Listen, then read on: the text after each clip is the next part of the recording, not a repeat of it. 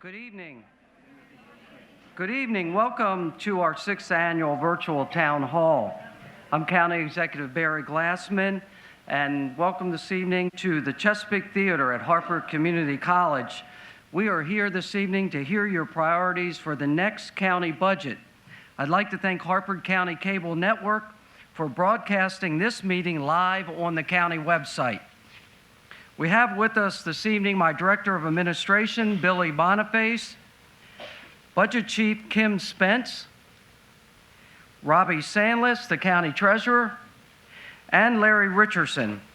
Larry Richardson is my Policy Director for Legislative Affairs and our MC for this evening's budget hearing. To everyone in the audience, we're glad you're here, and we are here to listen. But first, I'd like to say a few words about funding.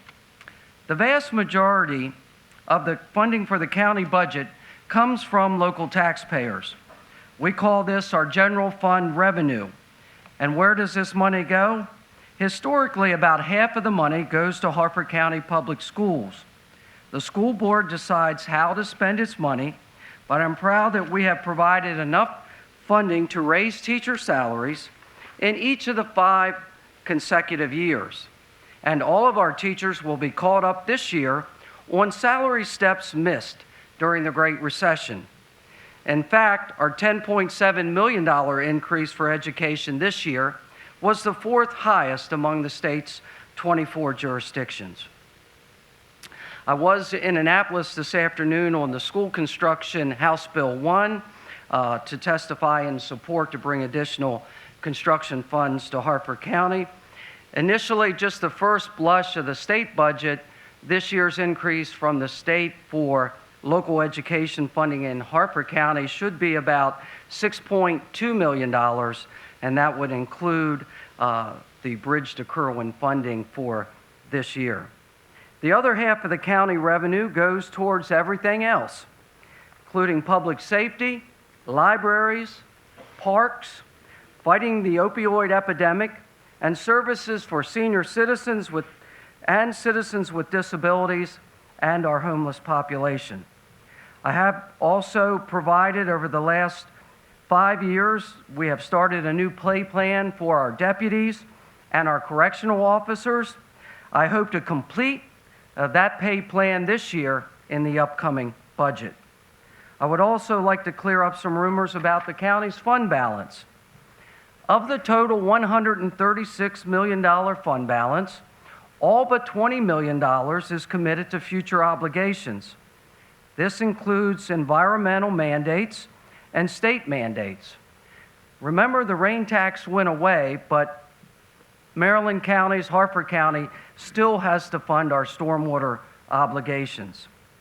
We also expect from the Kerwin Commission plan to have to dramatically increase education funding on top of our annual increases. In any event, the fund balance is one-time money used for one-time expenses. Some have asked us to use all of the fund balance to pay for the school system to hire more employees next year. But doing that would create a deficit the following year and every year thereafter. The county cannot legally operate in a deficit situation. I'd also, for a second, want to show a slide. Lastly, this chart will look familiar because it has been showed to show trends in student enrollment and positions in the Harford County public school system since 2011. We have added a red line to show the county funding during the period. You will see that county funding increased consistently so that the school system now has $42 million more in county funding to educate roughly the same number of students as a decade ago. We have additional handouts in the back if you'd like to learn more about the county procedures on budgeting. Now it's time to hear from you. I know that we will set a good example for the young people who may be watching by treating each other with respect. Listen, we all want the best for Harford County. So let's choose civility and be a model for our state and nation. Thank you for coming out, and we look forward to hearing your comments. Larry?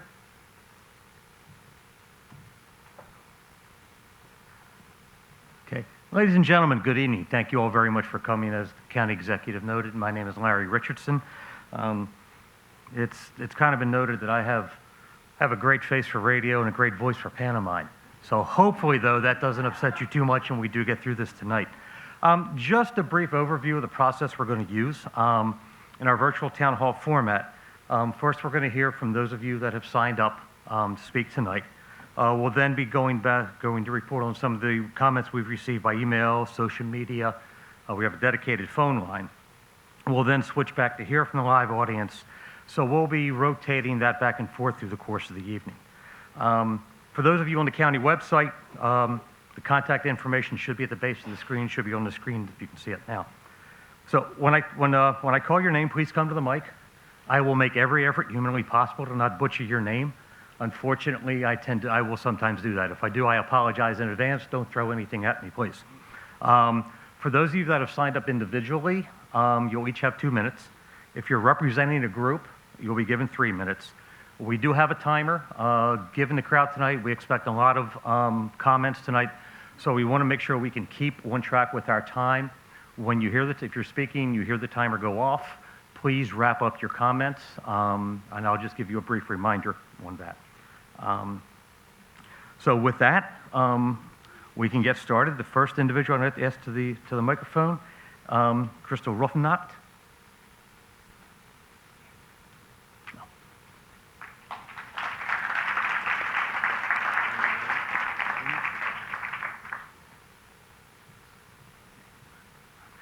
Okay, and then following Ms. Ruffennacht, we'll try to get a line going so we can kind of follow in order.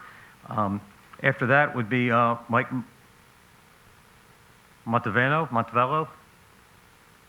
Was I close? Okay. Mr. Montalvo, I deeply apologize. See, so I got the screw up out of the way quickly, so hopefully the rest of the evening this goes smoother. Good evening. My name is Crystal Ruffennacht, and I am a third-generation Harford County Public Schools educator. I currently work at Church Creek Elementary, and I went to Homestead Elementary as a child and graduated from Falston. And I wanted to come and speak tonight. Over the past couple of years, the funding allocated for Harford County Public Schools has fallen short of the Board of Education's request.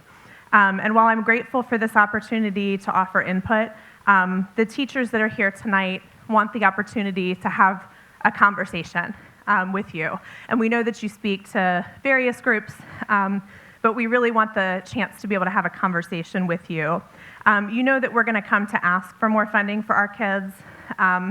The discrepancy between these requests and the funding that we receive, I don't think it comes from lack of advocacy, and I don't think it exists because you don't want to do what's right for our kids. But we need the opportunity for conversation. I can provide input tonight.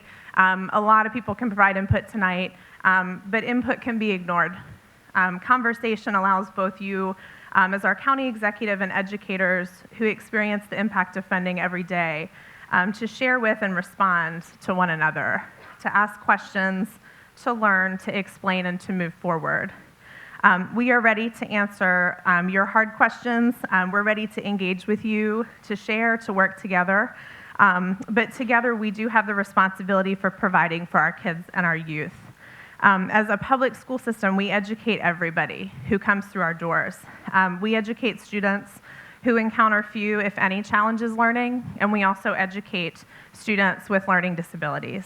We educate students whose parents are involved and support them in school. And we educate students whose parents won't return our phone calls. We educate the child who will thrive with gifted and talented instruction and AP courses, and we educate the child who is 3 grade levels behind in reading.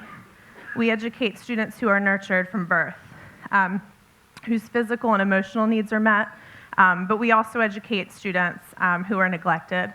So we ask that you really take into consideration having that conversation with us so that we can share more about our experience every day. Thank you. Thank you, Ms. Ruffennacht. Okay, Mr. Montalvo, if I could, and then Mr. James Bear. Mr. Bear.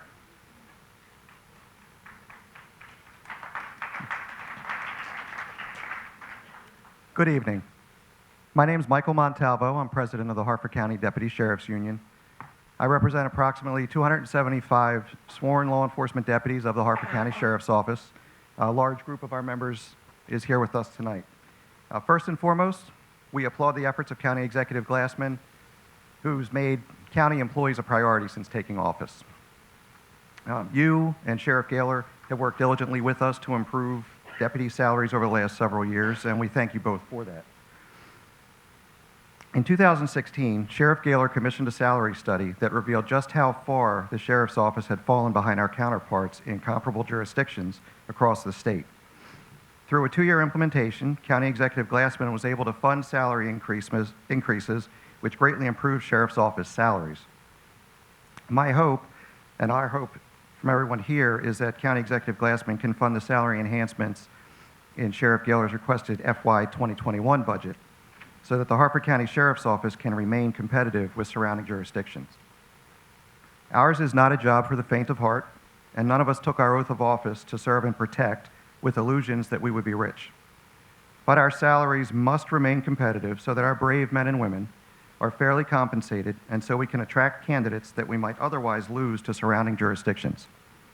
Just 2 nights ago, law enforcement deputies working our northern precinct were called to a domestic disturbance in street, a call that was dispatched not unlike many other calls. But when deputies pulled up to the house, the man inside opened fire on them with a handgun and a rifle. By the grace of God, none of our deputies were wounded. After being pinned down by gunfire for an hour and a half, and after the arrival of SWAT units and negotiators, the suspect finally surrendered. News reports indicate almost 200 rounds were fired at deputies before the standoff ended. Law enforcement deputies rush into the face of danger when needed, and thankfully here in Harford County, we have overwhelming support from our community. We will never be the highest paid law enforcement agency in the state, and we're not asking to be. Over the last few years, salary enhancements have been fair and, with the economy on track, fiscally sustainable. We do need to remain competitive, though, so we can attract and retain the best and brightest law enforcement deputies to protect and serve the citizens of our great county. Thank you for your time and your continued support. Mr. Montalvo, thank you very much. So next, I have Mr. James Bear and Mr. Robert Scott. If you could step down, please. Mr. Scott. I'm James Bear. I'm a resident of Edgewood for about a total of 38 years. I came here tonight because I love my community. And when I see what's going on around the county with new businesses, new movie theater up in Aberdeen, economic growth, new businesses, new job opportunities, in Edgewood, we're not seeing any of that. Our storefronts have, our shopping centers have empty stores in them. We have an Ames building. The old Ames building is still boarded up. I cannot understand how we can build up the whole county and not do anything for Edgewood. Edgewood gets a bad name. And I'm here to say, I get angry. I get angry because we get ignored. Nobody looks out for Edgewood. I looked at your state county address, and you show economic growth throughout the county. You show businesses, and you're saying Harford County is doing great. We've come a long way from the recession in 2014. Well, Edgewood's still in 2014. We don't have anything. The kids don't have anything. We got a rec center on Brookside Drive where they won't even let the kids in the rec center. And then I reach out to the rec council, the director, and I get ignored. I don't even get an email back. I said, I'll work with you. I'll compromise. Let's meet. I get volunteers to come in, work with the kids in Edgewood. Nothing. Something has to change. I love the people in Edgewood. Edgewood gets a bad name. They do. Everybody knows it. Everybody, the comments that we get all the time, hood rats, ghetto. People in Edgewood are trash. We're not trash. We're good people. We look after each other. We're family.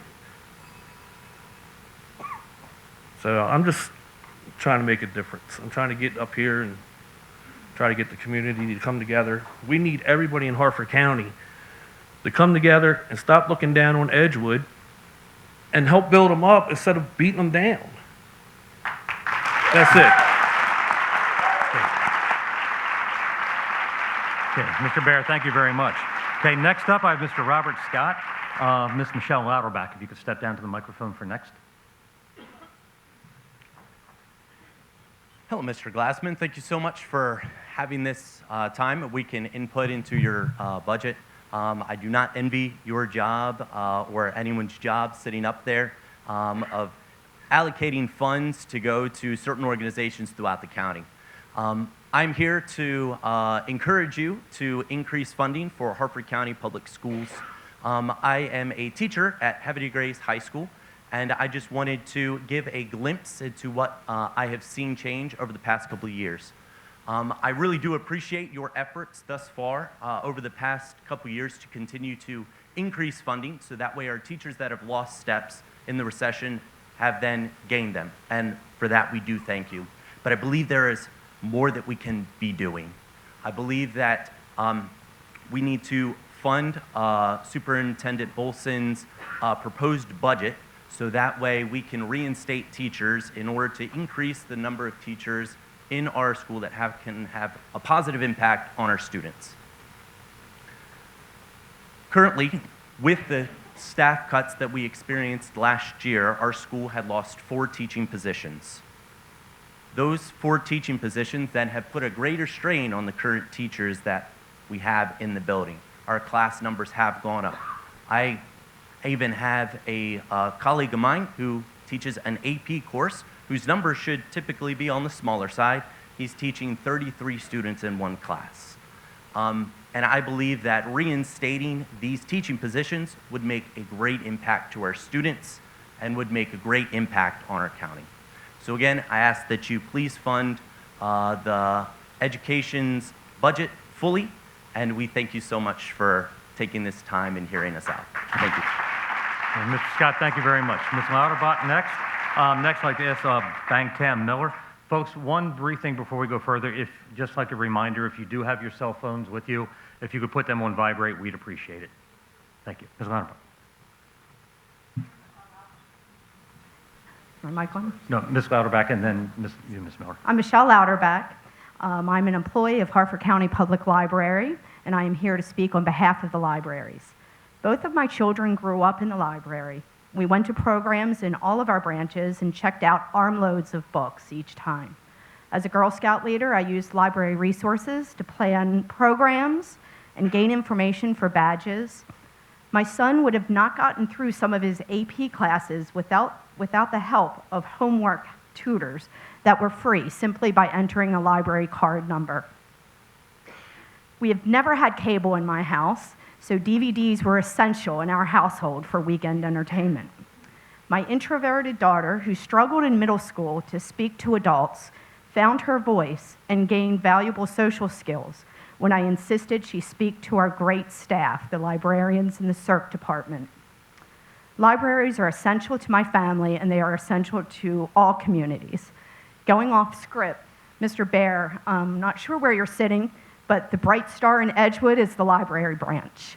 It's a phenomenal place that you can go. Kids hang out there. It's a great place to go. As you know, library employees' pay fell behind drastically during very lean years. I appreciate your efforts in trying to get us all back on track, and I'm happy the teachers are there. The library employees aren't quite there yet, but we do have a comp and class study in the works. And we just ask that you continue your efforts to get us all back on track, and you approve the library's budget as is. Thank you. Thank you, Ms. Lauterbach. Okay, Ms. Miller. I'd then like to file with Kevin D. Good evening. Thank you for the opportunity to speak tonight. My name is Bangtam Miller, and I'm a 44-year resident of Edgewood. I'm also the president of the 755 Alliance, a nonprofit working to revitalize our community. And over the last year, we've seen a lot of good things happening. Things are changing in Edgewood. This is a slow process, but it is happening. We have a united community. We're working with our neighbors in Joppatown. All are fighting for a better Southern Harford coalition. The community has come together to clean up our neighborhoods. Harford Community College began offering classes at the public library, the gem of the community. Business owners like Thompson Automotive have held fundraisers to support the Sheriff's Department, the Boys and Girls Club. The high school has received many grants and recognition for the IB program. We want that positive momentum to continue. And supporting our youth is one action. So through that, we'd like to see you fully fund the school system budget because it will serve our youth. And we'd like to see the lunch debt eliminated so that protect our youth. They are our future. So thank you for the opportunity. Okay.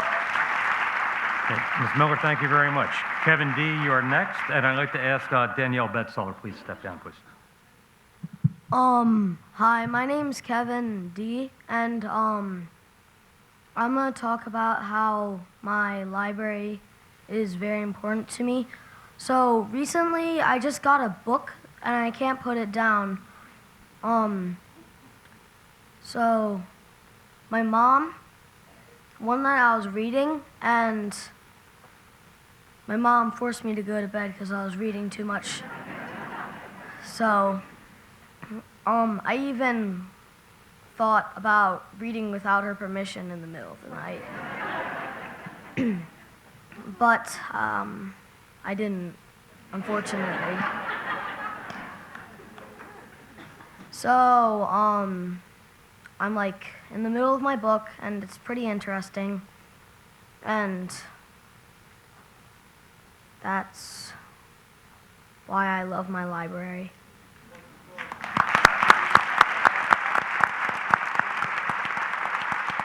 Kevin, thank you very much for that testimony. Okay, I have now Ms. Danielle Betzoll and Ms. Angela Reeder. If you could step down, please. I'm not sure how to follow that because I truly think that's what it's all about.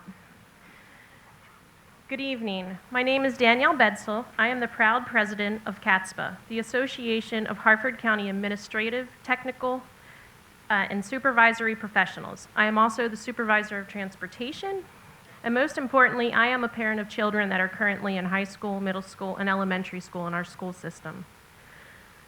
If I'm being honest, I sat down to collect my thoughts and remarks many times for this event. I struggled with how to effectively make the same points that we've been making for the past few months. I'm at a loss as to how to adequately express how much Harford County Public Schools needs and deserves your funding. The schools need it, the staff need it, and most importantly, the students need it. Week after week and month after month, the unified presidents of all 5 bargaining units have spoken regarding our funding or lack thereof from the county. I don't think standing up here and throwing the same numbers and statistics out is going to make a difference, or debating how much money in the fund balance is already earmarked. I thought I'd make a different approach. I think there are only 2 main points I want to keep reiterating. 1, we have spoken about how Harford County is dead last in pupil funding in the state of Maryland. This is a fact that cannot be disputed. And second, our enrollment has increased over the past 3 years while our resources have decreased. Over the past 2 years, the resources of Harford County Public Schools have been stretched entirely too thin. We not only eliminated teaching positions, but positions in the transportation, facilities, human resources, accountability, planning and construction, technology, and other departments. And let's not forget, we are now splitting administrators among schools. 14 administrators are being split between schools. 14. All of these cuts ultimately have significant negative impacts on students, families, and staff. HCPS cannot sustain at this level. Actually, no organization can be expected to maintain itself as demands and mandates increase, yet funding decreases. We need to rebuild our system to better support the students of Harford County Public Schools. We need to have the budget fully funded in order to begin the reinvestment into our school system, into your school system. Although many positions need to be restored, no central office positions have been requested. The only positions that have been requested are those we need to relieve the large class sizes and max resources. Again, simply put, our enrollment has increased while our resources have decreased. We are here continually advocating for what we need for our students and families. Please support the students of Harford County Public Schools. They are the greatest investment and our greatest asset. Ms. Betzel, thank you very much. Okay, Ms. Reeder is up next. And if I could ask Tracy White to step to the microphone, please. Thank you for affording the opportunity for me to speak tonight. First, I want to say thank you. Okay. I hate mine, sir. First off, I want to sound off with the schools. We really need a full budget. We're increasing. The class sizes show it. Our kids' faces show it. And the teachers, most importantly. It takes a village to raise a child. And these teachers should give every ounce of money to do so, first off. Second, I'm an Edgewood resident. I'm not by choice, but by military means. But our community is desperate for economic development. Each time we get a study, it comes back as 0. Each time we come back with anything, road repairs, anything, 5 years down the road, 5 years down the road. And I have traffic to say so. Our care in our neighborhood needs to come from the county. Right now, it's not showing. And a lot of people are feeling deteriorated and defeated in Edgewood, and we really need the support from the county to come out and help build up our environment, get rid of the blight, take care of maintenance of property, and address the crime that's in that back area of Grappler. That area has a rec center that currently is closed during the weekend where kids have nowhere to go on the weekend. I would look around the county and see what other opportunities within this county that are open, but yet the Edgewood kids are left out in the cold. Please take a look. Again, not just my input, but conversation, as the lady said earlier. I truly appreciate your time and look forward to seeing results. Ms. Reeder, thank you very much. Okay, and Ms. White is up next. I'd like to ask Linda Steinfeld to please step to the mic. Running down here almost gave me a heart attack. So I'm good, though. I'm good. I'm going to start out with a compliment. Kudos to you, the police, and our mental health providers for the county's reduction in drug overdose deaths.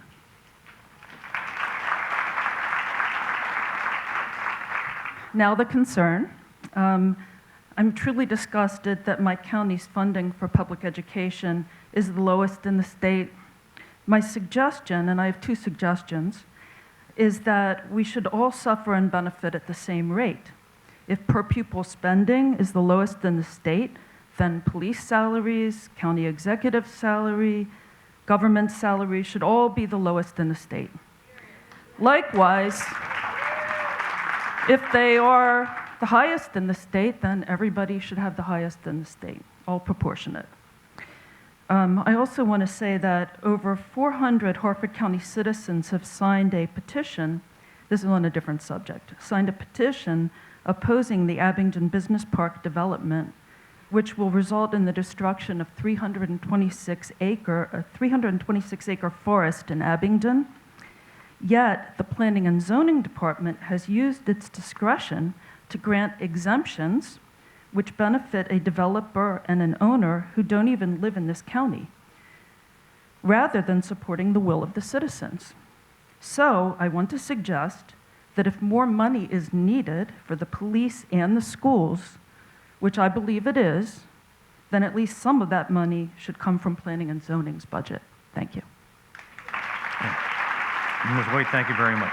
Next, Ms. Steinflint, and if I could ask Jeannie McCrowiak to come down, please. Hi, my name is Linda Steinflint. I presently live in Bel Air. I have been a resident of Harford County my entire life.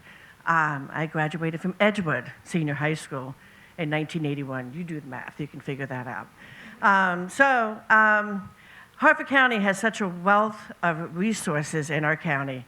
And today I was at the Project Homeless Connect, and there's people that need services.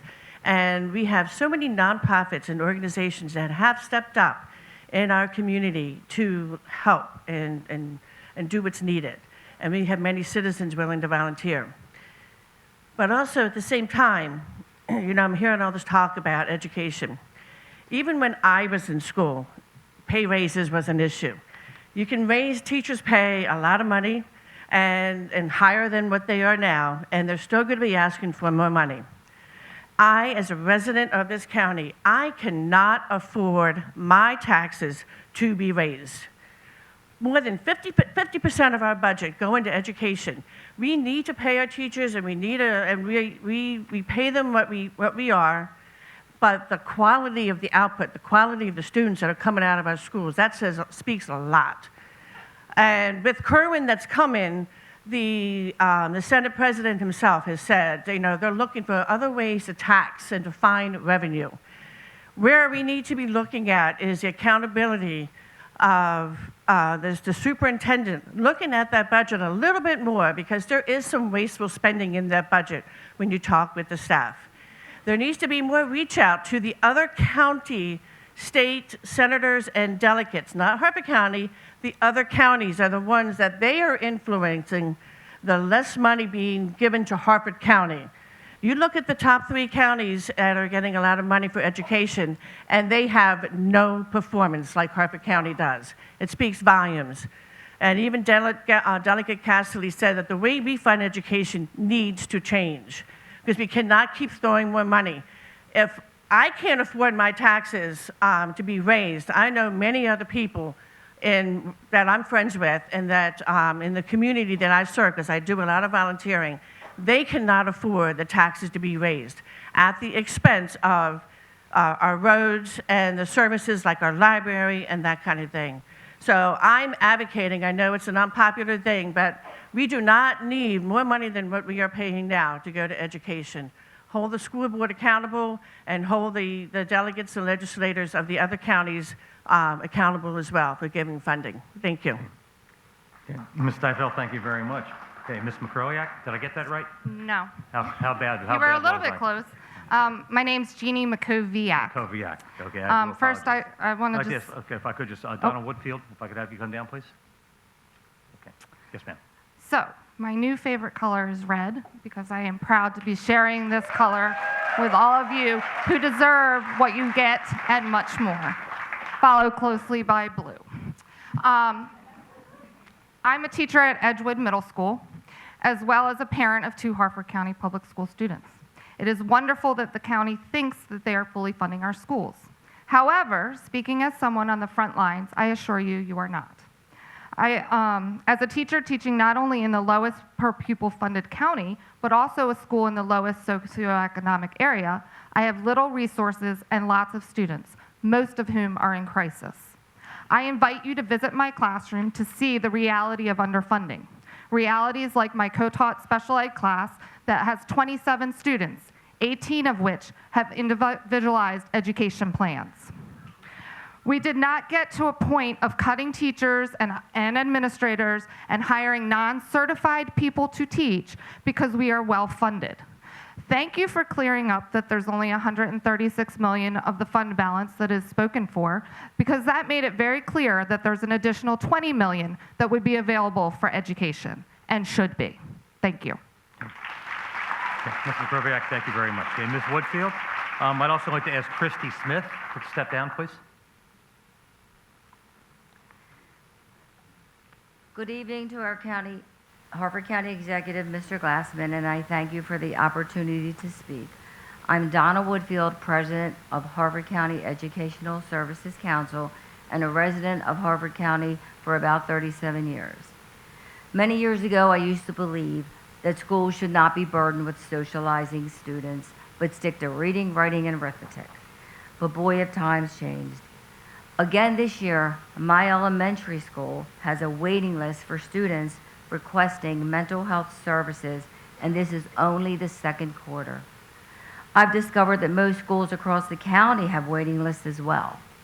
Think about that for a minute. These are kids from pre-K age through grade 5. These young lives are facing issues like incarcerated parents, family addiction, abuse, and depression. If we don't commit to stopping this continuous cycle, Harford County will have failed them. We need to do so much better than we are. Each day, our children spend most of their daily hours inside our school buildings and with their teachers than any place else. If we don't reach these students at this tender age, in their lives, we could potentially lose them to future opioid addictions, school violence, crime, and suicide. For a county with our resources, we must put more effort in trying to resolve this. If not, in the long run, it will certainly cost the county a lot more money. Rome wasn't built in a day and it can't be fixed overnight, but I'm confident we can achieve this without raising property taxes. We simply need to make future leaders of our county our priority. All of our union presidents meet regularly with our superintendent to attempt to trim all areas possible to meet these needs, but we can't cut anymore. Our classes are overcrowded. We lost teachers and employees across the board. Schools receive less of a budget for the year, and we're still asked to sacrifice even more. We desperately need additional county and state funding, as well as more psychologists and counselors. Since our students rank dead last in spending, we deserve an explanation of exactly how your office determines its funding formula for education. We understand you always pledge additional money from prior years, but it always falls short, and we can't catch up. Our tax-paying citizens have a right to expect transparency from their elected officials. So we're just requesting more town hall meetings for citizen input and for us to learn exactly how you will fund the needs of our students. Please help us to help them. I appreciate your time. Ms. Whitfield, thank you very much. Okay, Ms. Smith, Ms. Crawford-Smith, you're up next. Hello, my name's Christy Smith. I'm a resident of Abingdon. I grew up in North Harford, went there, had an amazing educational experience. I now work at Edgewood Middle School. I've worked there for 6 years, and I'm a mom of 2 little boys who soon enough will be going to public schools here. And I sat with you at the Teacher of the Year banquet last year. We are almost a year it's okay. We are almost a year out from the experiment of underfunding education in our county, and I want to paint a picture of what that looks like, particularly at Edgewood. Obviously, we have bigger class sizes. 30 kids in a class can look like a lot of different things. 30 kids or more in a class, no matter where you are in the county, is a huge, huge challenge. If you would like to see, I would love to, you could probably come and substitute at our school sometime. But I hope Miss Williams, but yeah, most of them, you know, don't wear your suit, just a polo and slacks and a sub badge. And I think that would really paint a good picture of what it is we go through. So 30 kids on or above grade level is a huge challenge. For me, it looks like this: 16 kids with IEPs, most needing accommodations like preferential seating, read-alouds, and reduced distractions. 2 of my students are high on the autism spectrum. 1 needs a scribe, which is someone to write for him. 5 or more are experiencing neglect or abuse at home. 1 of them has fetal alcohol syndrome. Several have ADHD. Nearly all have had 1 or more ACEs, which means adverse childhood experiences. That was just 1 class of 27 students. I have a paraeducator, but she's bilingual, and because of that, she's frequently pulled to translate. So a lot of times it's just me and all of those challenges. Higher class sizes at a low-income school like mine is more than a bit of extra grading. It's a generation lost. It's a message sent of pure hopelessness, and the kids really feel that, and they don't deserve that. There's a lot of people here representing Edgewood from all different aspects, and I know we can do better. I know my experience at North Harford was nothing like what the students in front of me are experiencing. It wasn't. You know, and it makes, I think your children went through North Harford, you know, it's wonderful, but every single kid in this county deserves that. I know you believe that. I know all of you up there believe that, but it's not happening. There's a disconnect right now with that reality. And so I want to say we're not here to squabble over a piece of the pie in a county that's as well off as ours. As Ms. Travers up there said, if we can do our job better, it's going to make all of your jobs easier. And we are not here about salaries either. We're here to stand up for students and the education they deserve. Thank you. Ms. Smith, thank you very much. Okay, Ms. Crawford-Smith is next, and I'd like to ask Rose Martino. Rose Martino, if you could step to the mic, please.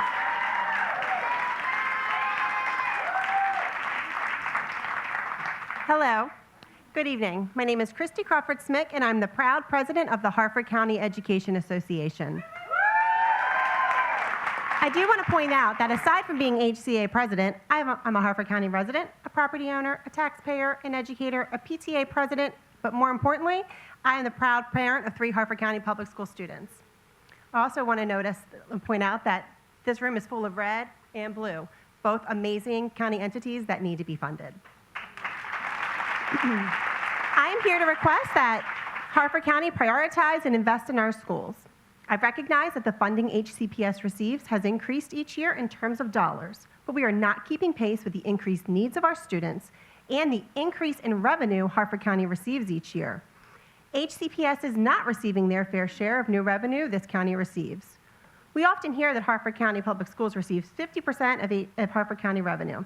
This is not true. In terms of all overall revenue, nearly 50% does not equal 50%.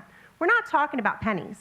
The difference between almost 50 cents of each dollar and actually receiving 50 cents of each dollar is millions of dollars. In fact, just in new revenue alone, that would have eliminated all the position and program cuts that happened last year. It's not a secret that this school district is funded 24th out of 24 jurisdictions in per pupil funding, the last in the state. Yes, the current state formula does contribute to that. Everyone needs to do their part. Every single funding entity needs to do their part, and that is why I'm here today. Last year, we were told to look at procurement, health benefits, pension, retirement benefits, as ways for HCPS to be good stewards of the funding that they receive, all while being dead last in per pupil funding. This is not a spending problem, it's clearly a funding problem. Class sizes and caseloads are far too large for educators to meet the individual needs of our students. Programmatic cuts are robbing students of opportunities to ensure that they are career and college ready. Our amazing educators are exhausted and overwhelmed. Nearly each day in the last few weeks, at least one person has told me that they are either considering leaving the profession or that they are leaving the profession, or at least leaving Harford County. Amid a nationwide teacher shortage, this is not something that we can afford. Fear of the Kerwin Commission cannot be an excuse to continue to shortchange the students who are the future leaders of this county. If the state fixes their funding formula and you don't increase funding, our students will still lose. We need every funding authority to make sure that education is the priority that they claim it is. The time has come to stop making excuses and give the students an education they need and deserve. Think about the legacy we're leaving. Okay, Ms. Smith, if I could ask you to wrap it up. Gandhi said it best, action expresses priorities. Prove that education is a priority and fully fund the superintendent's budget request. We only get one chance to make this right. Our kids can't wait. Okay, Ms. Smith, thank you very much. Rose Martino. Ms. Martino is up next. I would ask Mr. Ryan Burby is on deck. Okay, folks, I do want to ask if we can. I understand we have a lot of folks. We still have a lot to get through. So if we could move along with this. So just ask if we could kind of just maintain the decorum for a little bit. Thank you. Thank you. Good evening, County Executive Glassman. Thank you for the opportunity to speak tonight. My name is Rose Martino, and I am the proud principal of Roy Williams Elementary School. I have come this evening with many of our wonderful, talented, and hardworking teachers and our assistant principal from Roy Williams, and I am speaking for all of us. There they are.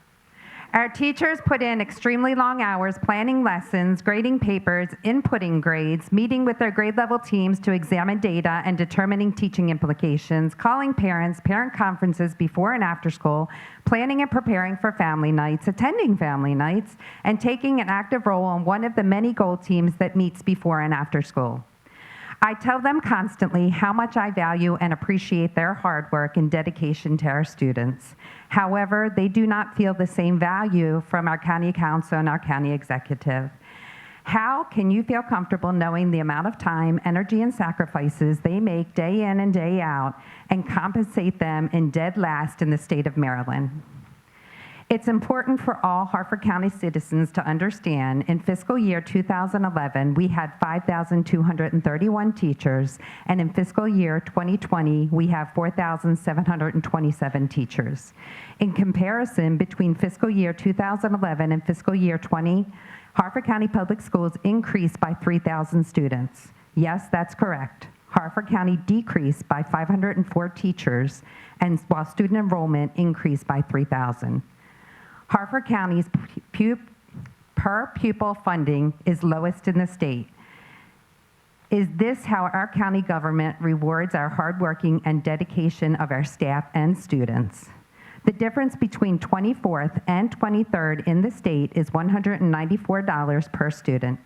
194 times HCPS enrollment of approximately 36,878 students is $7.2 million per year, yet that will only move us to number 23. However, we are worth so much more. You need to fully fund Superintendent Bolson's operating budget for fiscal year 2021. Dr. Bolson and the entire Harford County Public School Board of Education and staff members are requesting $22.4 million above maintenance of effort to restore building-based positions. You need to do this in order to provide students with what they deserve to thrive in schools and for staff to effectively do their job. There is one way not to be last. That is to invest in our schools, our students, and our teachers. We are worth it. Okay. Thank you, Ms. Martino. Mr. Burby, you're next. Ms. Geringer, Stacey Geringer, you're up next, please. Good evening, County Executive Glassman, staff. I'm Ryan Burby. You'll have to pardon me if I run long. I'm not used to doing this anymore. I stand here in solidarity with all the workers in this county, our sheriffs, our library workers, our county workers, our teachers, the workers that just work at home. Because here's the reality. This underfunding schools problem didn't start with you. You've done more than basically any other county executive to alleviate it, but it's not fixed. And we're cheating our kids. When I first started in this county, I used to come to work, and if I was not early, I couldn't get a parking space in the parking lot at our school because there were so many staff. It's not a problem now. We worked really great together for a number of years, and Barry, you know, it's almost a decade we've known each other, and you're one of only 3 Republicans I've ever voted for. I won't tell you the other ones because one might make you gag, but we need to fund everybody, and this is the simple reality. We can't keep saying, well, we're going to do this for them and this for them, and we're not making where we got to go, and try and pit one group against the other, and oh, we're trying to take it out the sheriff's pockets. And no, we have got to grow. We're not going to grow ourselves out of the problem, and we have to invest in communities like Edgewood. And I got to tell you, the reason why the problems exist in Edgewood is the schools. And it's not that we're not doing a good job, it's that they can't do a good enough job to overcome all the issues. You know, leadership isn't about doing the easy things. John F. Kennedy said when he was talking about the moonshot, we don't do these things because they're easy. We do them because they're hard. Barry, I know you to be a good, honest Christian man. I have defended you at every step of the way because I have never, ever caught you lying to me. And that's pretty good for a politician. But we got to do this. You've got to do this. You have a chance to make the biggest difference, the most impactful change in Harford County ever. If you fund everyone at what they need, and yes, please raise my taxes. I inherited a property, so I own 2. My property will increase more. My taxes will increase more, and it'll cut into my raise. But we've got to do these things. And I guarantee you, if you make us and solve this problem and make our funding match our wealth equation, so instead of 15th, we're 11th, and we solve this problem forever so we don't have to keep doing this nonsense, I guarantee you, progressives like myself, Okay. Sir, progressives like myself, Sir, we're right. He's wrapping we'll up come now, out sir. and If we'll I could elect just you take a governor. seat, please. Thank you for your time. Mr. Burry, thank you. Ms. Geringer, next to be followed by Jacob Bennett. Jacob Bennett, please. Good evening. My name is Dr. Stacy Geringer, the proud principal of Abingdon Elementary School and the president of the Association of Public School Administrators Supervisors of Harford County, better known as ABSACH. I want to thank you for this one opportunity to speak on behalf of our association. We truly appreciate the ability to provide input on the development of our county's budget. As county executive, your office celebrates each year the funding provided to Harford County school system exceeds maintenance of effort. But should exceeding this measure be celebrated? Maintenance of effort requires school funding remain constant from year to year. Basically, this requirement keeps the lights on and the schoolhouse doors open.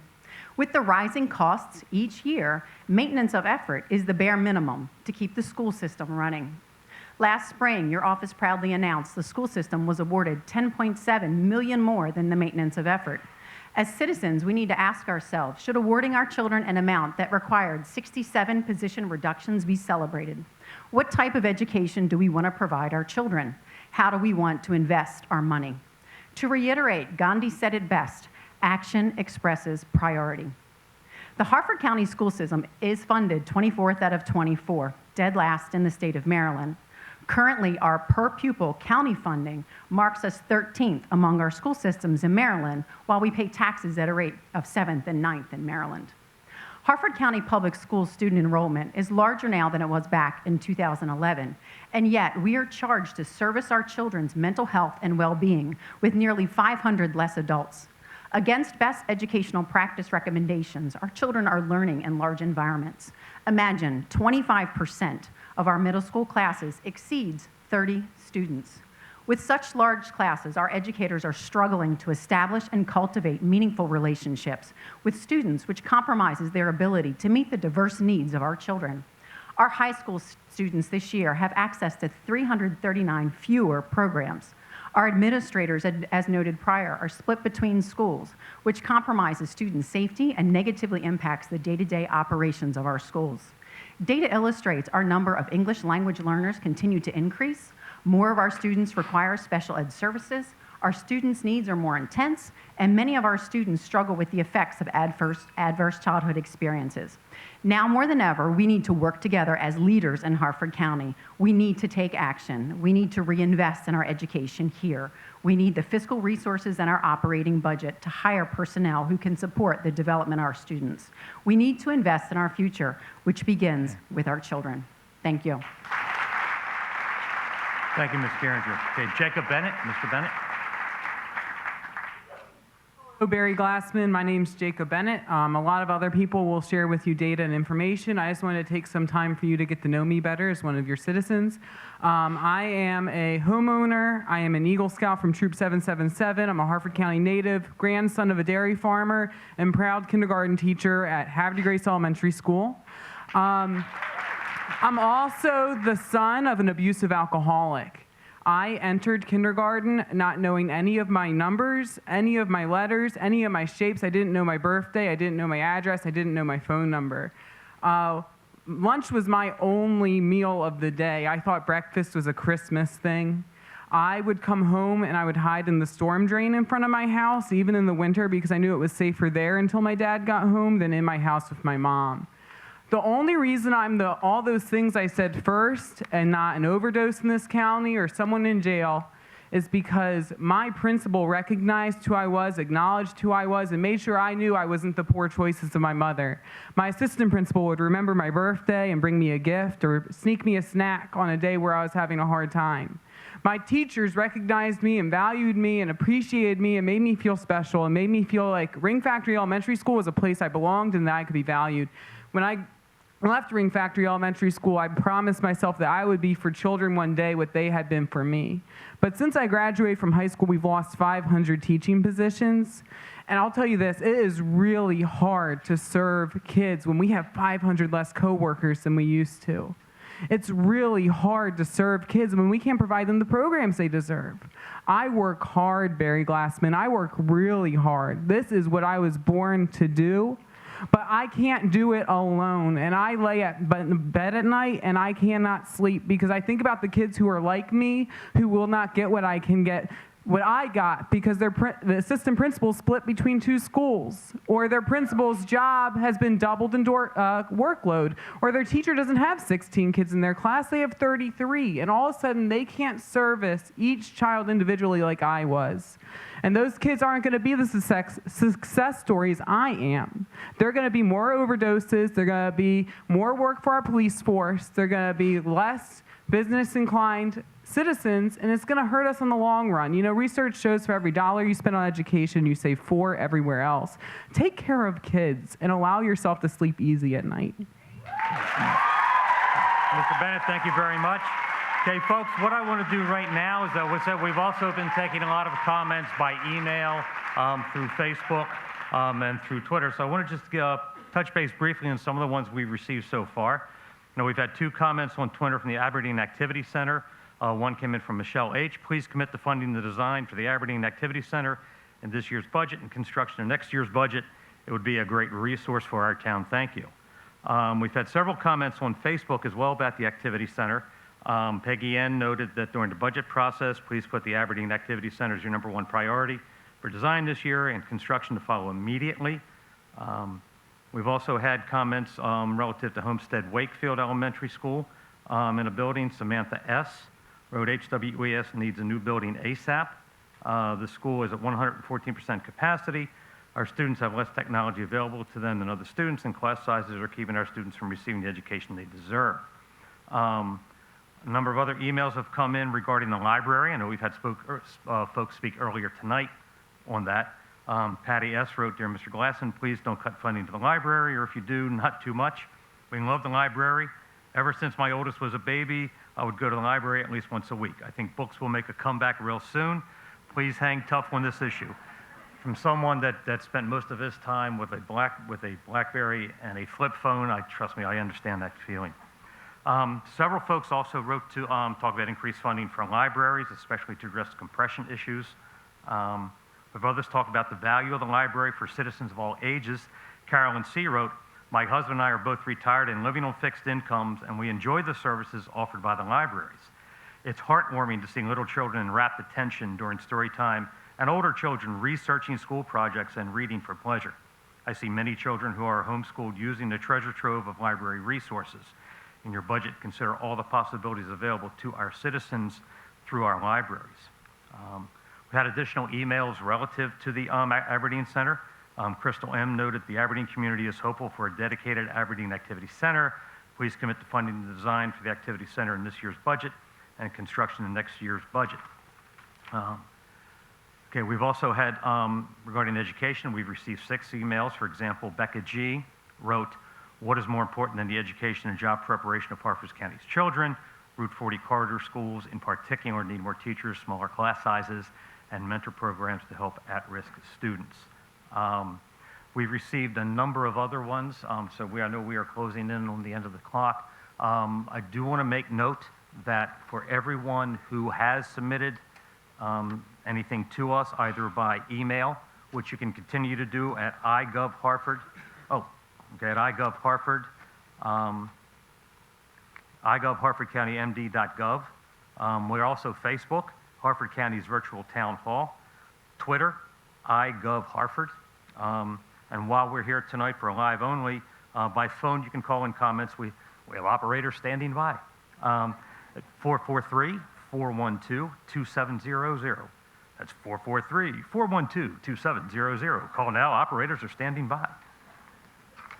So, okay, we do have some more sheets, so I am going to go back to our audience. So at this time, I'd like to ask,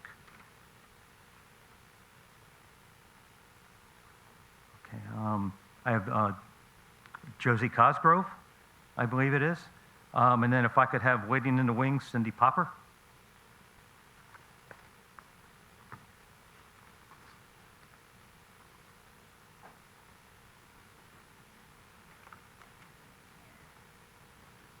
Good evening. My name is Josie Cosgrove, and I'm a paraeducator at William S. James Elementary School. Education is urgent. Recently, I read a billboard with that message. I thought about that message for some time because it just didn't seem right. I finally figured it out. It should have read, "Funding education is urgent." As a parent of 3 children, 2 who chose college pathways and 1 who chose the technical pathways, and currently a paraeducator in special education, I have seen firsthand the many different needs of the students in our school system. I have witnessed how the constant underfunding of our schools shortchanges students, particularly students who receive special education services. All children enter schools with different set of wants and needs. In spite of these differences, the village of students, parents, staff, and community must work together to allow these children to develop their knowledge and skills to meet the challenges that are constantly occurring in our rapidly changing technological and diverse world. This can only be done through adequate and equitable funding of our school system. Whatever method has been used for funding education in the past by our elected officials is antiquated. The number of students who are learning English, the number of students who are receiving special education services, and the number of students in Harford County who are living in poverty has skyrocketed. We need to not only look at the needs of our children now, but for the future as well. I encourage you to think outside the box, not only looking at property taxes, to secure necessary funds for our schools, for our children. Your future, our future depends on it. Our kids can't wait. Thank you, Ms. Cosgrove. Okay, Ms. Popper, to be followed by Jeannie Smith. Jean Smith. Good evening, Mr. Glassman. My name is Cindy Popper, and I'm a proud education support professional employed by HCPS. What I am not proud of is the fact that you, our county executive, thinks that it's okay to fund Harford County Public Schools at the lowest per pupil ratio in the state. What I am proud of is the amazing work that goes on in our schools every day by administrators, teachers, and ESPs that are dedicated to the education of Harford County's children. What I'm not proud of is that many of our state's elected leadership talk about education being a top priority, but then feel it's okay to play politics with our children's education and in turn their future when the subject comes to funding that priority. What I am proud of is the commitment by those that have given up the chance to make a significantly higher income elsewhere to stay in Harford County and keep working for our schools and our students. What I'm not proud of is the fact that the kids in our middle schools are in classes that have 35 students, and many of our schools are operating at sizes that are on the verge of being unsafe due to the sheer numbers of students. What I am proud of is in spite of the freezes, cuts, reductions, and eliminations of positions year after year, the staff of HCPS hasn't been broken. We have endured and continued to fight to put our kids first.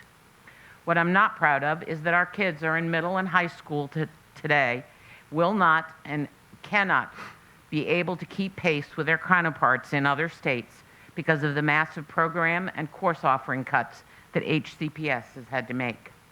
What I am proud of is the many, many staff members from all positions and all levels that believe that proper and appropriate funding for education is worth fighting. What I'm not proud of is the time, the money, and the effort that many here and across the state have put into ad campaigns and talking points to make the citizens of this county and the state believe that the increases in funding being requested for education will cause a significant burden to their tax base and substantially create a financial burden. So I ask you, Mr. Glassman, what is it going to be this year? Are you going to step up and do what's right by the children of this county and fully fund the HCPS requested budget? Or are you going to tell our kids no again and continue to be something that we are not proud of? Thank you. Okay, folks, again, I want to remind everybody, we're going to be here for a bit. We want to keep this civil. We want to keep this on time. We want to make sure that we can get everybody who has signed up to speak the time to speak. So I appreciate your cooperation and help with that. Okay, Ms. Smith, you're up. I'd like to ask Megan Gray to step to the mic, please, up next. I'm hoping that you will fully fund the superintendent's budget request, one that will only maintain class sizes, not reduce them, which isn't an optimal situation for our students. They deserve better. However, now I'm going to change subjects since there's an issue that's even more troubling to me than school funding. I'm a lead volunteer at one of the large churches in Bel Air who assists Harford County residents once every 12 months with a portion of a court order eviction, security deposit, or BGE Delmarva turnoff notice. When we are contacted by county agencies, we also at times, not frequently, assist with some motel nights, because if we help them with that, we can't help them with a security deposit. We only help once every 12 months. What I'm concerned about is the Harford County freezing weather plan for the homeless. Homeless families are not sheltered unless the temperature is 32 degrees or below for a 24-hour period. That means if the temperature is 32 degrees for 24 hours, homeless families are sheltered. However, if the daytime high is 35 degrees and drops to 19 degrees at night or even lower, homeless families are not sheltered in the county. I would ask that the Office of Community and Economic Development reevaluate its criteria for sheltering homeless families, an office that falls under your purview. Most people in the county don't realize that at any one time in the county, there are roughly 200 to 250 homeless people, which includes children. Children need an education, but if they're worrying about where they will live or if they'll have to sleep in a car or tent in freezing weather, they will not perform well in the classroom. I have to give kudos, too. Our county has the Welcome One homeless shelter, which fills up quickly during cold weather, and a rotating homeless shelter for only adults, sponsored by various churches during winter months. Many counties don't have shelters in Maryland or motel vouchers for families during the winter at all. However, not housing families with children when the weather is below freezing at night concerns me greatly, and I hope also concerns you currently and for future funding. Thank you. Ms. Smith, thank you very much. Okay, I'm going to try this again. Is it Gray? Gray. Gray. Okay, thank you very much. You're up, Ms. Runyon. If you could step to the microphone next. My name is Megan Gray. I've been a Harford County resident for most of my life. I am here to support education. I am not a teacher. I have 3 kids at a very overcrowded elementary school who are districted to go to a even more overcrowded middle school. My kids' teachers are amazing. They work so hard with their large class sizes. I don't know how they do it. Just the other day, I received my letter from the county telling me my property taxes are going to be going up. I would have no problem with this if I knew it was going to go towards education and giving my kids the sources they need. My property value was reassessed as higher, and then all right, well, I have no problem paying more county taxes if need be for the teachers to get what they need. I realize they're not asking for salary increases, we're asking for more teachers to be reinstated. Every year, we lose good teachers to other counties that take better care of their teachers. They get paid more, they get bonuses, they leave, because there's only so much they can do. They work really hard. I'm sad that all these people are here because I know they probably still have work to do from today and have to go back to school tomorrow. Taking care of our schools protects our property values and therefore your tax revenue. Our schools are not going to stay as strong as they are forever, saying, oh, they're doing great, they're doing great. Yeah, they're doing great. We need to pay them that money so that they continue to do great and get the support they need in the classroom. My son's in kindergarten. He has 24 students in his class. He has 1 student that has a paraeducator with him all day long. He has 3 students who their primary language is Russian. How his teacher does it, I don't know. But she gets them all together, and he is thriving and doing wonderfully. So do better. Stop telling us how great we do when the numbers don't stack up against the other counties. do better. Ms. Gray, thank you very much. Okay, Ms. Runyon, you're next. Paul you. DiMonato. Mr. Thank you. DiMonato, if you could step down, please. Next. Good evening. Thank you for the opportunity to speak before you this evening. I am here to ask that you fully fund the superintendent's budget request for Harford County Public Schools, assuming the full request is approved by the Board of Education. This request only addresses adding enough instructional and support positions to alleviate our increasing class sizes. It does not add programs that we would all like to see. While I recognize that you have funded above maintenance of effort every year and have earmarked those funds to instructional salaries to bring teachers back to their pay scales, the funding provided in those years has not matched the percentage the school system represents in the budget in terms of new revenue. In fact, in the last 4 years, the school system's percentage of the new revenue dollars has dropped by 4%. I think the question everybody would like to understand about the fund balance is not how much is available or restricted, but how much of the restricted fund balance is voluntary. The lack of state and local funding has caused significant cuts to HCPS, while enrollment has increased by nearly 1,000 students since FY18. More importantly, the number of students who require interventions or additional supports is far greater today than it was even a few years ago. Our students lack sufficient access to guidance counselors, mental health workers, math specialists, to name a few. Our teachers lack access to mentors, classroom supports, and manageable class sizes. While teachers may be grateful for the pay equity, they will not thank us if we pay them with one hand, but fail to give them adequate supports and resources to perform their duties. I do not know a single teacher who wants to stand in front of their classroom of students and know that they cannot adequately meet their needs. We are truly at a tipping point. We cannot continue to do more with less. We certainly can't add the much-needed programs that we as a community all agree are needed, such as technical paths for students who are not college-bound but may be career-ready. We will continue to fight for adequate funding from the state of Maryland as well, but the reality is that this is our community, and we need to be willing to invest in its future. And I'd like to add that I do think we're a wealthy enough community to support our public safety workers in addition to our school system. Thank you. Ms. Runyon, thank you very much. Mr. DiMonato. Next, I'd like to have Mason Janicki. Good evening. My name is Paul DiMonato, and once again, I'm here speaking on the behalf of education, saying the budget input priority needs to be education, education, education. But once again, we're here talking about education funding. You see by the large turnout, our schools are not keeping up. We have the lowest, we're dead last in per pupil spending, and we have the largest class sizes. And these remarkable professionals have to deal with classroom management issues. They can't reach the students like they can in the smaller class sizes with best practices. My wife is actually a teacher in the school system, and she has her largest caseload or student load that she has ever had in her 17-year career.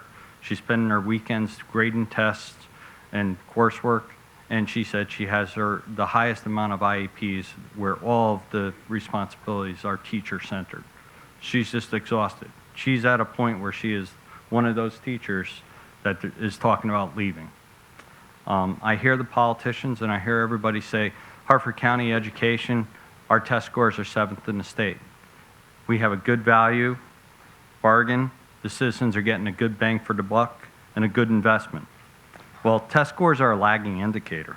This measure by itself is misleading. It's giving you an indication of last year's staffing, last year's funding. We've cut positions. So the test scores next year will be judging this year. Test scores 2 years down will be talking about the budget that we're talking about. As a parent, I'm not looking for a value or a bargain when I'm talking about my kids. I want the best for my kids. Right now, Harford County is not providing for my children. My children are discouraged in their elementary school and in their middle school based on the class size. Harford County, and more importantly, a Glassman-funded education is not meeting my expectations as a taxpayer. A Glassman-funded education is last in the state for pupil funding. A Glassman-funded education has the largest class sizes in the state.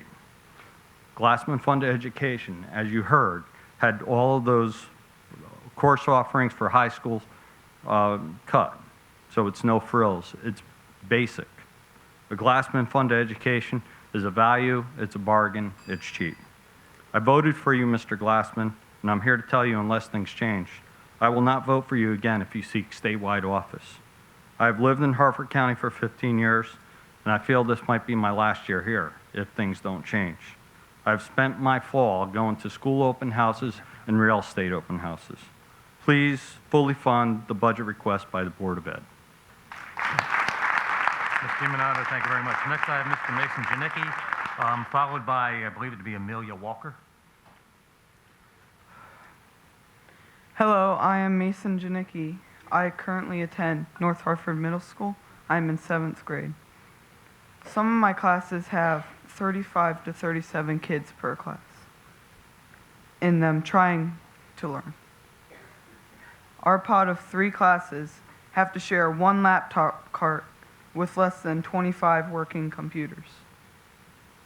We need the school budget to be fully funded. Thank you for your time. Mr. Janicki, thank you very much. Okay, Ms. Walker, I have next, followed by Mr. Doug Rudd. Good evening. Thank you for allowing me to speak. My name is Amelia Walker. I reside on Aberdeen Proving Ground. My husband's a retired veteran, retired in 2016. We decided to come to Harford County. We do have family in the area. But we also, one of the questions that a lot of military families that come and veterans is, what are the schools like? How are the test scores? How well are the teachers, teaching the children?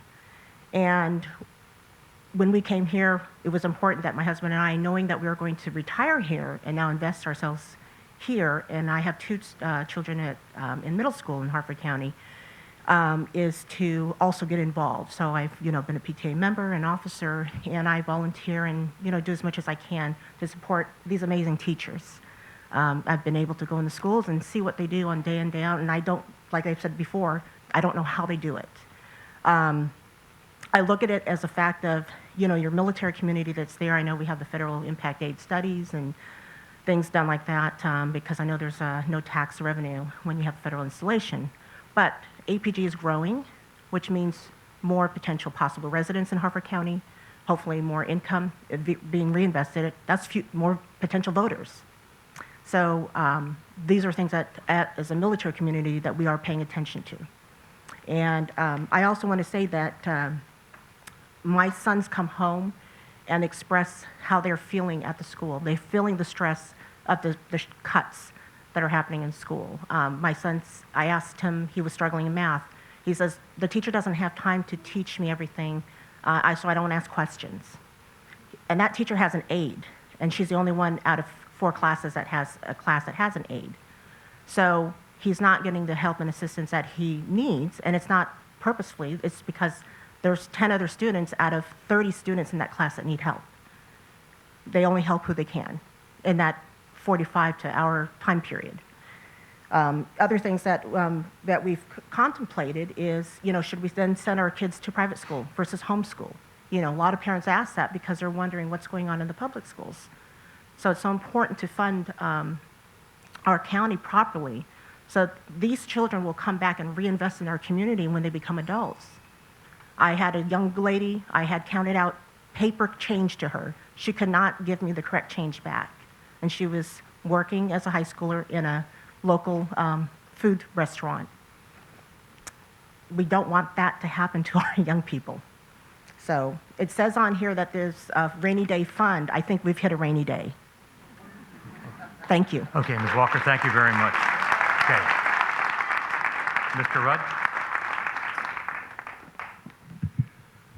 Good evening. Thank you for the opportunity to come and share our thoughts this evening. I'm going to change my thought process after hearing what everybody else has said tonight, because I was going to say a lot of the same things they did. I'm not from Harford County. I moved here 25 years ago to start my education career. I could not be prouder of the 25 years that I have spent here.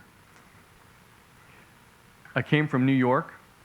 System up there is funded by a local township. And when they see a need, they act and they try to fix it because they have ownership of what happens in that school building. I hear all kinds of things that happen from my hometown about how they address problems in funding or what they need for their students. People here are trying. There is effort beyond belief that I witness every day in the building that I work in. It is amazing to see the energy that we come with every day to try to meet the needs of our students.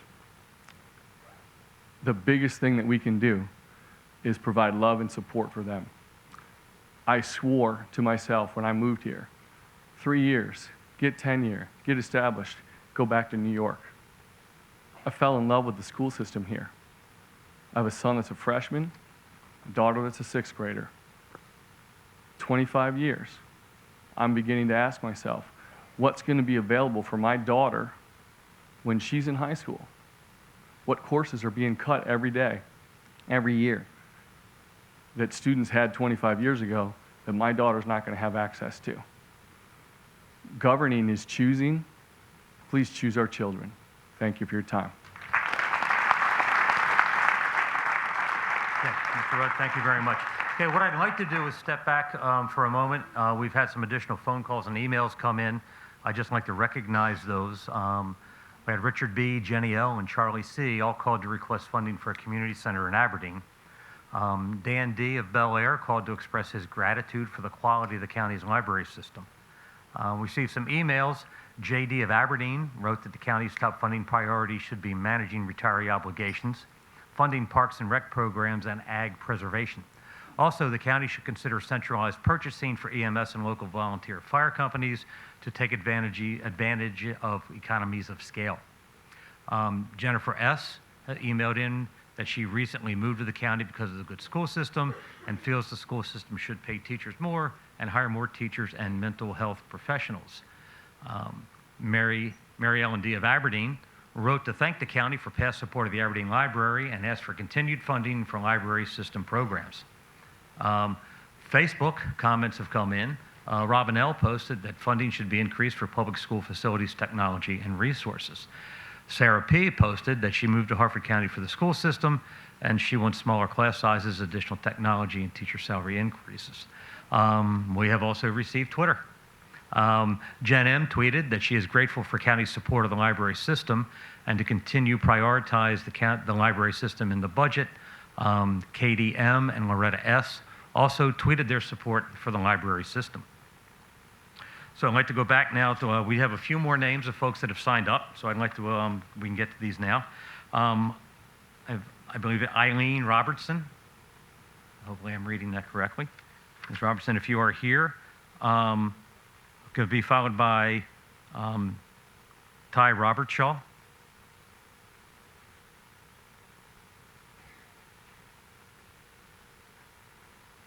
Okay, is Eileen Robertson or Ty Robertshaw present?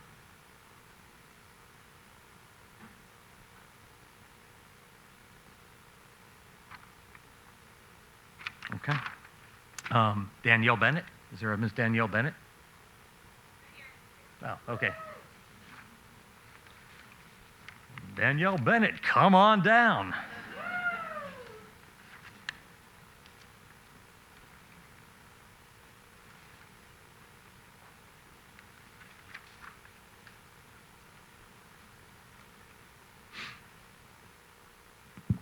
Thank you for your time. It's Danielle Burnett. I have very messy handwriting. It's fine. I am a county resident. I am a business owner, and I'm a mother of 3. I had a prepared speech, but then I saw this flyer, and I just really have some comments around that. You know, I look at it and I think, why am I here? And I don't mean in this building. I mean, why am I here in this county? I don't have any family here. I didn't come here for family reasons. I didn't grow up here. I grew up in Baltimore County, and I've been in Baltimore City for the last 15 years. And 7 years ago, I came to Harford County, so 15 years prior to that.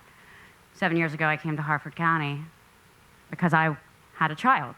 My child was a year and a half old, and I wanted them to be in good schools.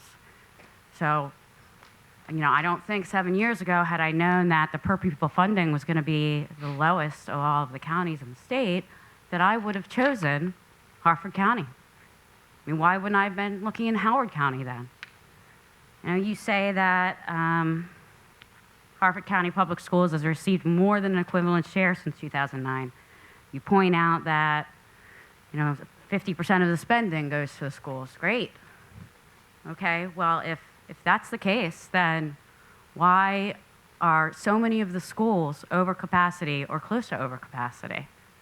My kids do go to or will go to Homestead Wakefield Elementary School. Where's their technology? I mean, it's not just abysmal, it's not equitable. I'm not really asking you to just fully fund the budget request from the superintendent. I think that just gets us back to where we were. I think we need more. He wants to increase it by 22.4 million. I want to double that. Let's increase it by 44.8 million. That's my request. Thank you. Ms. Burnett, thank you very much. Okay, next I'd like to have Amy Janigan, followed by Nicole Young.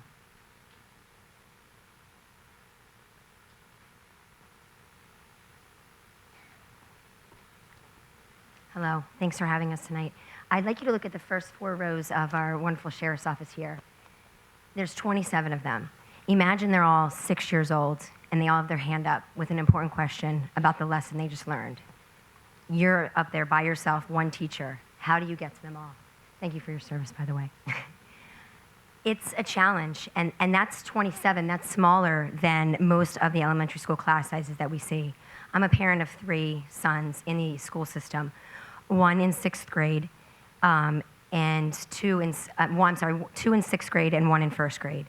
My middle schoolers are at Patterson Mill, and they have upwards of 36 kids in each class.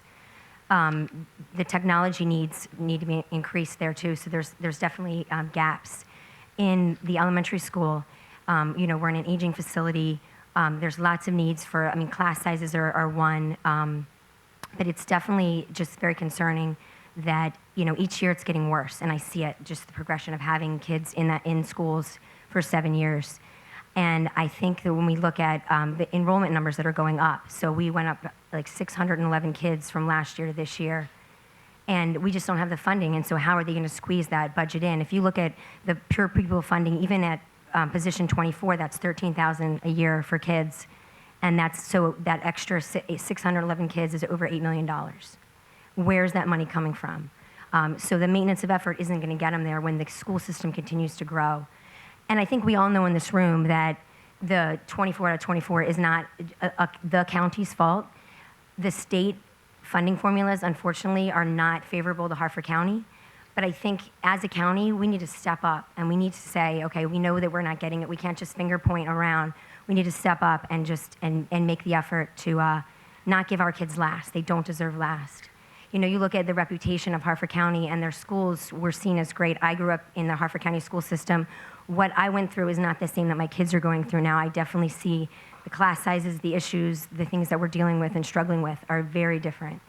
They have a lot more on their plate, a lot more kids that are coming down, like that have autism, ADHD, things they're dealing with, and mental health issues and things like that. And I think we really need to step up and not put them 24th. It's a trickle-down effect. If you look at the economy in general, if you have, your school system, if their reputation goes down, then property values go down and your tax base goes down. So let's invest in the kids and the school system, and thank you for your time. Ms. Janigan, thank you very much. Okay, is Nicole Young here? Nicole Young? Okay.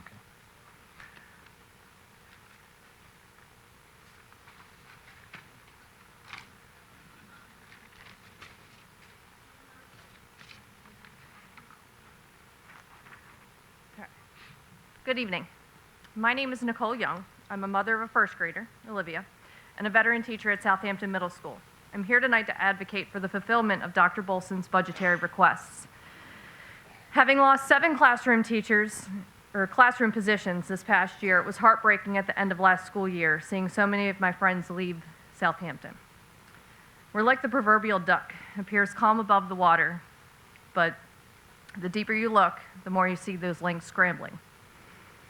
Mr. Hagan, our principal, tried his best to create a successful schedule given the cuts, but it's been a tough adjustment to say the least. I'm a math teacher, so I'm going to give you some numbers to think about. 6th grade didn't see a reduction in classroom teachers, so their class sizes are still at about an average of 26 per class. However, we lost 4 classroom teachers at the 7th and 8th grade level combined. This increased our average class size to about 32 students. Now that doesn't mean that any class you walk into is going to have 32 kids in it, but the class sizes actually range from as low to 24 students to as high as 36. Out of 112 class rosters, because every teacher teaches 4 classes, 40% of those classes have between 33 and 36, so that's over the average. Our upper level math classes, so the Algebra 1 class, which you have to pass in order to, you have to pass that class and the MCAP exam in order to fulfill the high school graduation requirement, and geometry have an average of over 34 students. The flip side of this would be our co-taught classes. So those are the classes where we have special educators. Those classes have, those classes with our students with IEPs, and I was astonished to find that those classes have upwards of 28 students in them. It's unacceptable given that the special and general educator are expected to teach a lesson while providing accommodations such as preferential seating, reduced distractions, scribes, small group work, providing copies of notes, monitoring work completion, and redirection to all of these students. The more students that you place in a class means that there are more behaviors to be managed. There are days when I feel as though nothing has been accomplished because I feel like I've played whack-a-mole trying to keep students engaged and focused on a lesson. 2 of my math classes have 34 students, and as much as I want to give everyone one-on-one attention, it's physically impossible. There are days when I don't feel I'm meeting some of their needs academically or emotionally, and middle school is rough. You couldn't pay me enough to relive my middle school years, and that was before social media. Our unified arts and phys ed teachers have seen a decrease in class sizes this year, but that's only due to the fact that instead of teaching 5 classes, they're now teaching 6 with only one 53-minute planning period. So that means that the ill-informed might think it's great to have 53 minutes of quiet time, but really that's a time to plan, prep, set up for classes, organize data for your learning objectives, return parent phone calls or emails, grade assignments, input grades into the computer, or just plain go to the bathroom. Okay. Ms. Young, if we could wrap it up, please. No longer do these teachers have time built into the schedule to even collaborate with other teachers. I won't even say how long it'll take my language arts friends over here to grade a 1-page essay. 8 hours for all of that for one class's assignments. Multiply that by 4. Okay. Ms. Young, thank you very much. Okay, ladies and gentlemen, the next speaker that we have signed up, I'd like to personally introduce and thank. We have the president of Harford Community College and our host for this evening, Dr. Diana Phillips.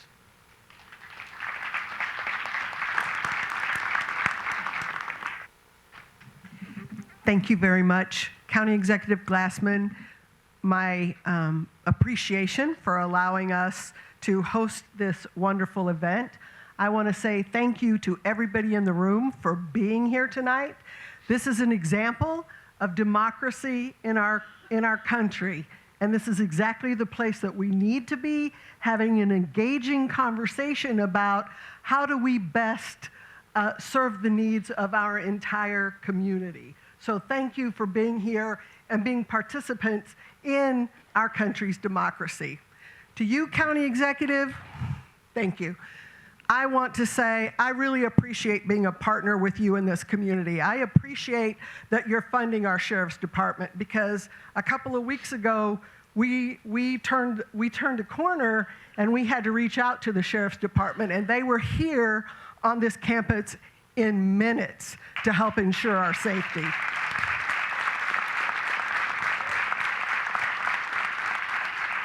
And we are truly, truly grateful for that. I want to say thank you to my fellow educators here in the room. I work hand in hand with Dr. Bolson as we partner and come together to try to serve all of the educational needs of the citizens in Harford County, and I am proud to do that and very grateful that you're here on this campus today. I want to say thank you to our library partners because, again, the library system is one of the best in the country, and that is due to your efforts. We've had neighbors get up and talk about some of the new efforts in Edgewood, and that is in direct partnership with the people of Edgewood, but it's also thanks to you, County Executive Glassman, and I want this community to know that you do reach out, that you are funding us to the best of to the best of your ability at this point in time. This is the place where we have these kinds of conversations.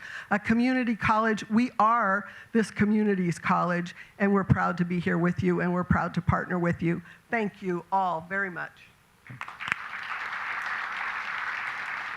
Dr. Phillips, thank you very much. And again, thank you for the opportunity of allowing us here this evening. Okay, the next individual I have, and I will apologize, I'm not even going to try the first name. I have a last name, so a Mr. or Ms. Booth. If I could be followed by Delane Lewis. Apologies for the bad handwriting. My name is Jacqueline Booth.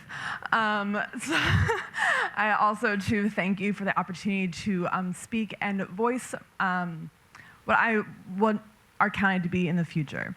I, too, am a teacher from Edgewood Middle School, as several of the previous speakers have been, and several other audience members are here, too.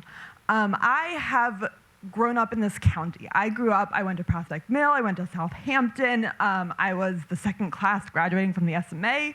I believe in this county and the educational system. And that is why I chose to come back here. I chose to come here because I wanted, like I heard someone else mention, I wanted to help give the education that I so generously received. However, my hands are being tied at every turn, and it is injustice to our students. I am doing everything I can. My coworkers are here writing IEPs while we're listening. I'm not that good at multitasking, but I should be. I should be writing IEPs, but it is also valuable that I am here advocating for our students. They need us, they need our time, and with the class numbers we have, my co-teacher who shared earlier, Gina Bukoviak, that class that we co-teach that has 18 IEPs out of 27, we are busting our butts trying to reach every one of them, and we're doing everything we can. And still, those other, 9 students that don't have IEPs, they certainly have many other needs that aren't addressed, in an individualized education plan. It is an injustice that we cannot reach these students at the level that we need to. And I've crunched the numbers, SMA grad and all, plus looking at all the data, that I do with the IEPs and stuff. And I was one of the people 2 years ago, a coworker posed the question about the funding and things like that. And I have, since had other folks double check my research, and I was one of the ones who was figuring out that we were 24 out of 24. And with this funding cut, we've talked about how that affects teachers' pay and how that affects teacher retention and getting new talent into this county. As I said before, I chose to come back to this county because I knew what I wanted to pay into and be a part of, but financially, that was a poor choice on my end. I could have gone to another county and been making $6,000 to $10,000 more per year, as well as increments. So it's in our best interest to continue to feed and fund our school system and bring us not only back to aiming for 23rd, but shoot higher. We can do better for our kids. Thank you. Ms. Booth, thank you very much. Okay, Delane Lewis, followed by Robert Tucker. Hi, thank you very much for having this event tonight. I really appreciate the opportunity for you to hear from the community about what the concerns are. And I want to apologize that I'm not wearing red because I'm definitely here in solidarity with our teachers in our Harford County Public Schools. Definitely ask you to fully fund the budget. I am one of those people who moved to Harford County because of the excellent school system many years ago. And even though I have 3 children who went through the system, and even though I no longer have children in the system, I appreciate the importance and the value of a top-class public school system. It needs to be our #1 priority. And I'm going to say that not only should we be fully funding the budget, but I don't even think this budget is adequate to meet our needs. I appreciate the fact that a lot of the concerns across our country have led to the increase in the number of school resource officers in every school. But that should be matched with an increase in the number of school psychiatrists and mental health professionals. Right now, in Harford County Public Schools, we are not meeting the national recommended number. In fact, have our school psychiatrists are less. I apologize, I'm terrible with numbers. I am not a graduate of Harford County Public Schools. but we're less than half of what we should be in terms of numbers of school psychiatrists. And if we think these issues of school safety are important, then we should be funding those positions as well. Similarly, our cultural proficiency and equity department has one person who's servicing the entire county. I mean, if we're really serious about helping our children, we need to be directing more funds to this area. And you do have the ability to do some of that direction yourself over top of what the superintendent has asked for. And then I do want to also, I know this is become a recent topic, but I really want to talk about this issue of lunch shaming. And I think it's really a problem that a student can come to school, and if they get more than $6 in debt on their school lunch bill, they are refused lunch. And I think that is a problem, and that we should be looking at providing a lunch, breakfast and lunch, for every student in the system and avoid this issue of shaming. Thank you. Okay. Ms. Tucker, Ms. Lewis, thank you very much. Okay, Robert Tucker.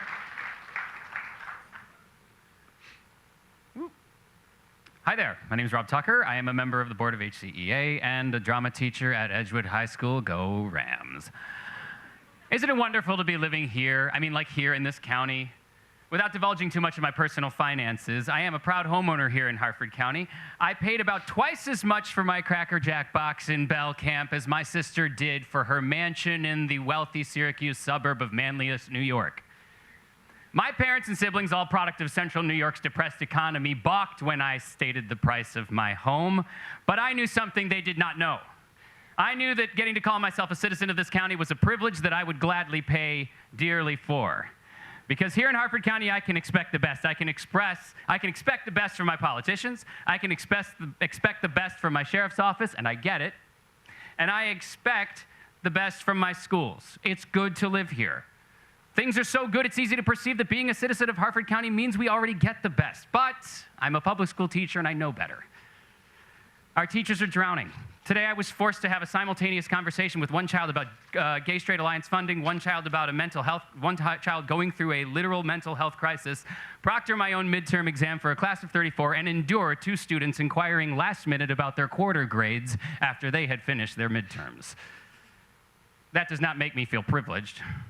When I see that we are not only dead last per pupil funding, but 7 million behind the next, when you do the math, and 46 million behind number 12, so doubling our request would get us to middling, cool.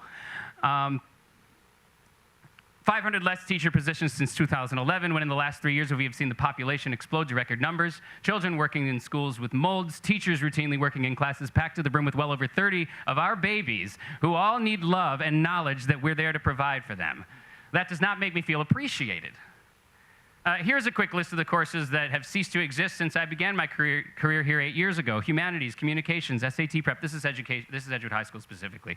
Aerobics, 3D arts, graphic design, astronomy, environmental science, genetics, marine science, women's studies, speech, properly split creative writing courses, textile design, and pretty much every CT or TEE course I could think of. That does not make me feel exemplary. That being said, it's imperative that we reverse the divestment led by the previous county executive and start to catch up with where we were before the cull of staff began. We can't just patch it. That being said, please come see Matilda the Musical at Edgewood High School on March 13th, 14th, and 15th. No publicity is bad publicity, but seriously, come and see what we can do.